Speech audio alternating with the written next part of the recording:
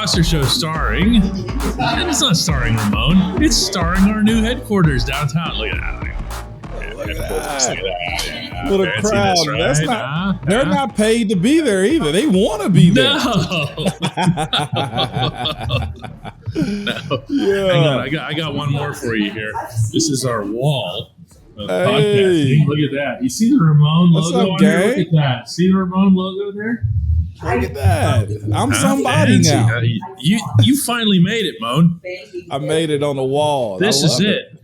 There was that time like that AB gave you the ball to spike it in the end zone, and then there's this up here, man. This, you know what? As long as I don't break my camera or your camera, we're all right. Which I'm sure some cameras broke last night, DK. My goodness. Ooh-ah. Where is this text that I got from Ramon Foster last night when this happened? Oh, here it is. Here it is. This is right after the pick. Ramon Foster texts me, "This is what we needed." And that's where we're starting today's show as it relates to Kenny Pickett going to the Steelers at number 20 overall. Why is it what the Steelers needed? It's the next transition. I'll be honest with you. A lot goes into this. That text I sent you just simply because we knew it was going to be a quarterback, and I'm trusting Kev, and I'm trusting Coach Tomlin as far as this pick, as far as what he could mean for this franchise of the Pittsburgh Steelers. Man, we knew it had to be this. It's post Ben.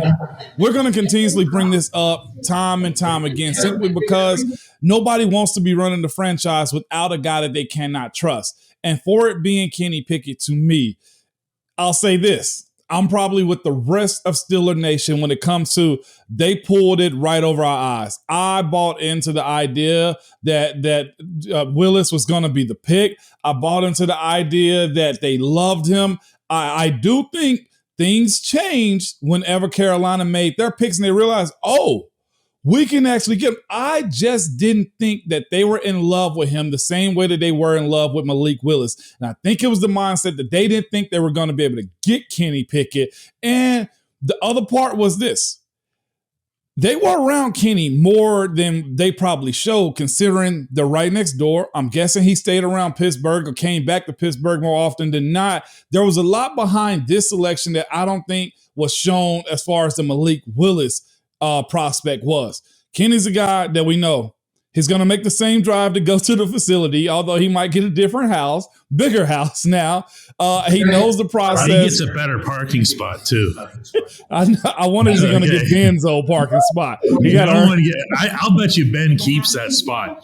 I'll bet you, not to change the subject here, but Ben has such a good parking spot. And it's in a place that we all have to walk past it. And you go, man, Ben really made it in life because he has that parking spot. He does. But when you look at the way Pittsburgh operates, you go with for sure things. We spoke about the draft picks that they've taken. Pounce was a for sure thing. TJ was a for sure thing. Just all across the board, Najee is a for sure thing. You get an opportunity to get these guys in here, and this is the thing about Kenny. I know, of course, we're going to speak about his hands, his measurables, and. But he's played in the environment. He knows the expectations of being a Pittsburgh Steeler, and he was genuinely happy about being selected. And I don't think it wasn't appreciative.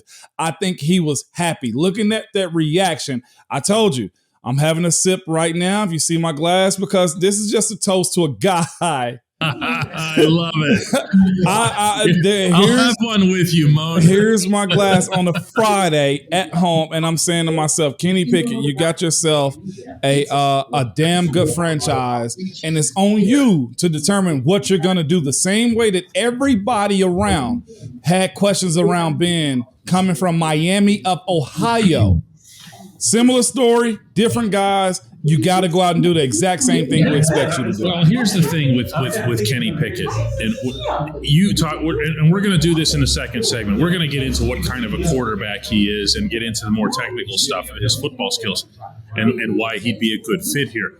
But from the intangible standpoint, the stuff that Mike Tomlin likes to talk about, running to challenges, smiling in the face of adversity, and all that. I'm not going to be delicate in the way that I word this, but Kenny Pickett came into a program that has not exactly been swimming in success over the last 30 years. Okay.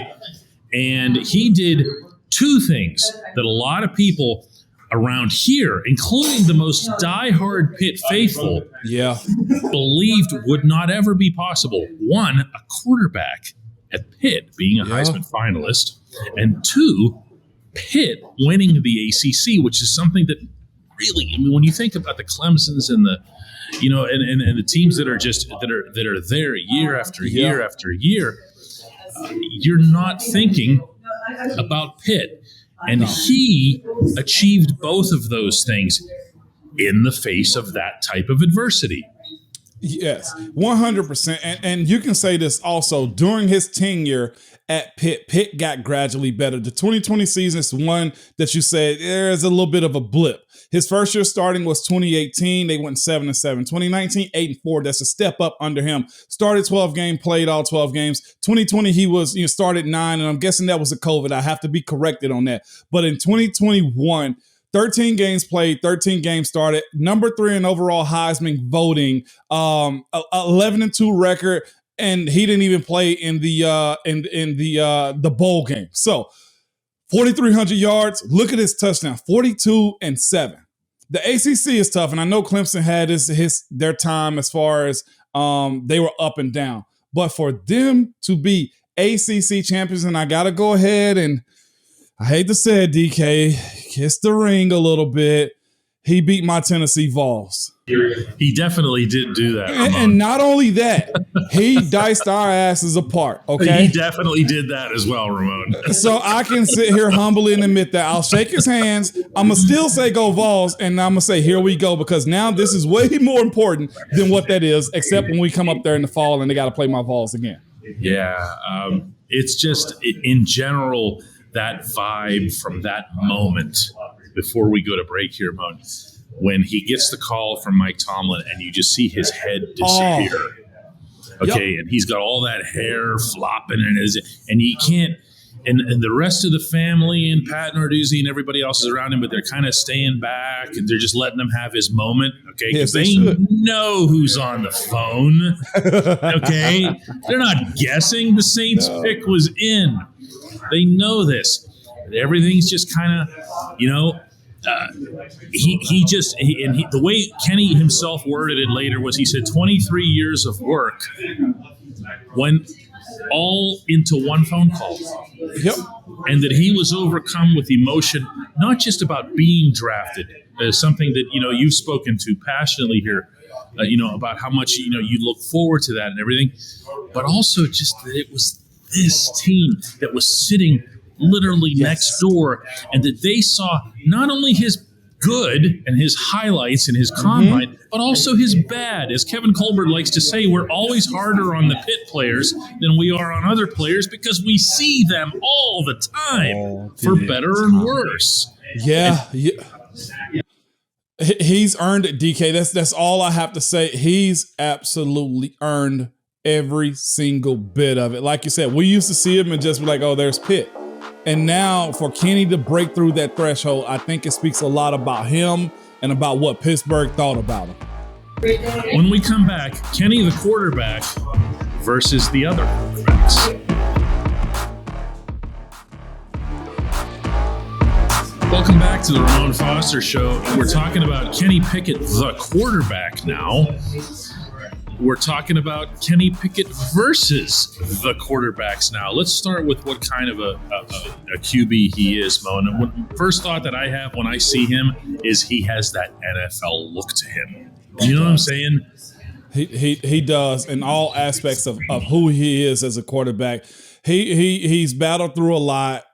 He throws. He's the stereotypical pocket quarterback, but he's more mobile. I look at him as he's not. I don't even want to get into the comparison of Ben 2.0. I look at him as a potentially more polished Mitch Trubisky in a sense.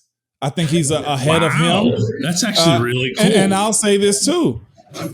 At 20 and as a first round draft pick, he's expected to play.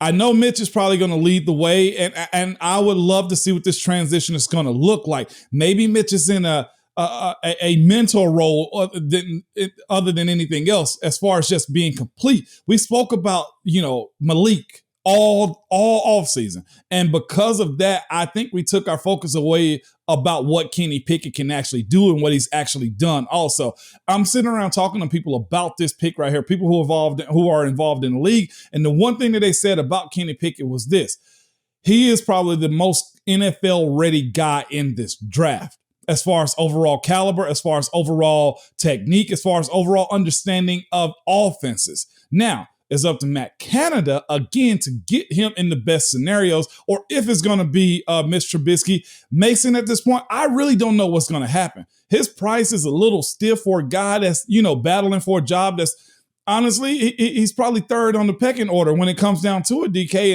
And I love Mason. You know how I've gone to bat for him. Caught a fine for that guy. But if we're being real about who's 1 and 2, I really got Mitch, and then I got Kenny. And then it's Mason. And Mason may end up being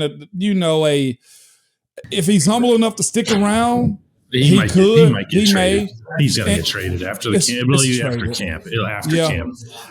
I see this as, first of all, just a fascinating competition simply from the standpoint that you very casually throw in there that Trubisky can be a mentor for Kenny. Trubisky's 27. Kenny's 20. Kenny's 24.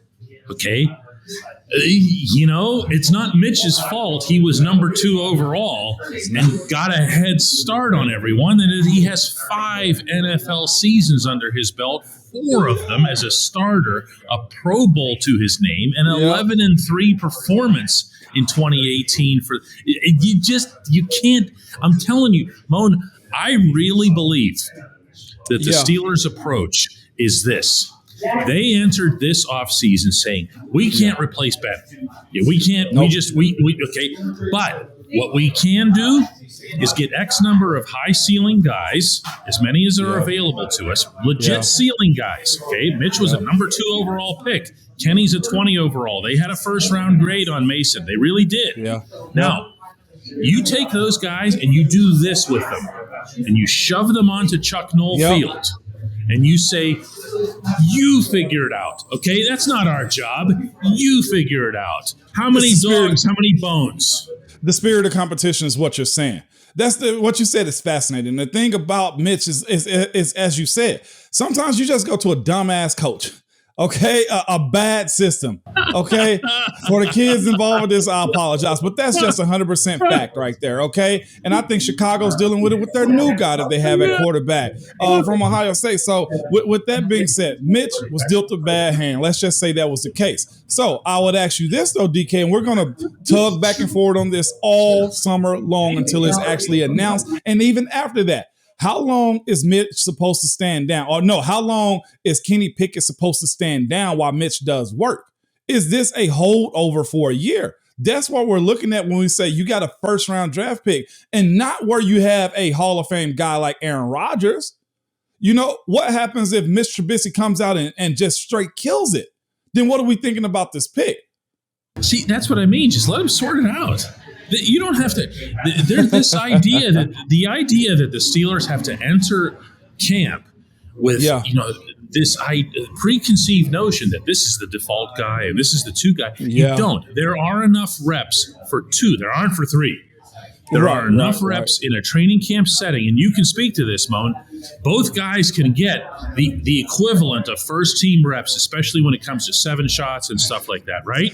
So what I ask you then is, when we're doing this and we're trying to parse who's going to be the guy, how much of a benefit of a fact is Mitch Trubisky going to get, no matter how good he looks in practice?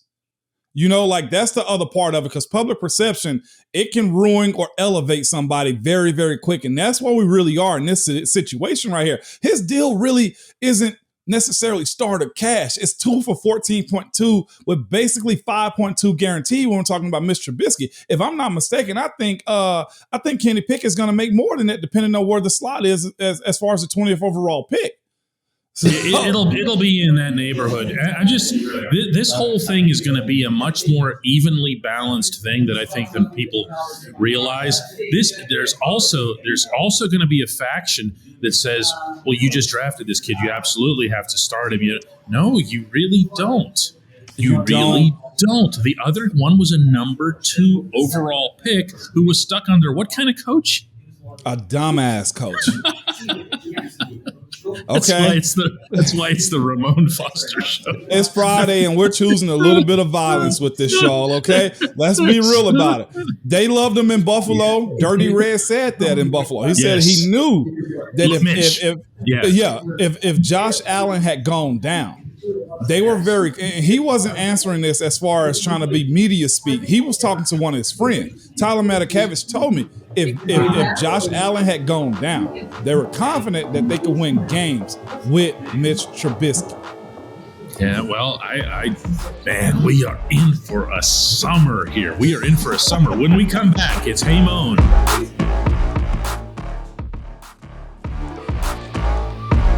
Okay, welcome back to the Ramon Foster Show. And this is the Hey Moan segment of the show. And when Senator Reed, since we're here at the opening and everything, and there's actual humans in the fold here, we're going to do one in person here. I'm going to give this headset here to Zeke. He's got a question for you. Let me turn the camera that way. Hey, Moan, Zeke? How are you? I'm good. How are you, man? Nice shirt. I'll be glad when DK sends me more. Thank you. Do you think we still need a lineman, or do you think we should take a receiver here and then go back to defense? For sure. Let's answer that one. So, do we need to take an offensive lineman? No, I don't think so, because you got James Daniel, who's very coveted this offseason as far as the signing of him. That pick right there is going to be more huge than we're actually giving it credit for. Also, Mason Cole is going to compete. You still have young guys also that are in the fold. Kendrick Green has to show up this year. The competition amongst that group is going to be bigger than we're actually giving it credit for. And I truly do believe they're going to get to a quicker progression of getting an offensive line than they did with us in all actuality, simply because they're young, they're hungry. You got outside guys who are also with some guys that are homegrown, like Kevin Dotson. Like, he's really got to show up. You got your tackle set. I think I'd be remiss by saying they don't have tackle. So to say that they need an offensive lineman, that group is good. And it was the best. This free agency for them was probably the best that they were able to do, considering they knew they're going to have a changing of the guard when it comes to quarterback. The other part of it was whoever is going to be a quarterback, Kenny Pickett, Mitch Trubisky, Mason Rudolph, they're going to need protection. They're also going to need guys that are able to block in the running game. James Daniels is a guy like that. Mason Cole is another. And I think you're going to get some nasty play from those dudes. It does come down to the play call and how he plays against certain defenses that's going to go against his still a front. What weapons do we need draft-wise? You can never have enough wide receivers. I'm a firm believer of that. I think the tight end position is pretty set, although it wouldn't be overly bad to go get another tight end simply because that's talent and also the ability to be able to block in the running game too for those guys. I'm going either wide receiver or I'm going cornerback the second round pick. O-line, we're good. There's depth, there's youth. They're locked in for years to come also. What do you think about a defensive tackle? Defensive tackle could be good. We spoke on this the other day simply because that group that's there already is getting a little older, although Cam Hayward isn't stopping, isn't slowing down. He's actually gotten better from year to year to year to year to year. I do keep an eye out on Stephon Tuitt. I'm watching Tyson and Lou come back. There's just a group of guys right now that's just saying, okay, there's time to inject some. It's about time to start injecting some youth into that group. I wouldn't be upset if they did pick a D tackle. There's still some good quality guys out there. There was a run on Georgia guys last night, but you guys know, like I know, the expectation of anybody that goes into that room, Cam is going to set it, and we're going to be, I would love to say, pretty good if they go get a high guy in the second round for the Steelers. Thank you. Thank you. Those are some great questions, man.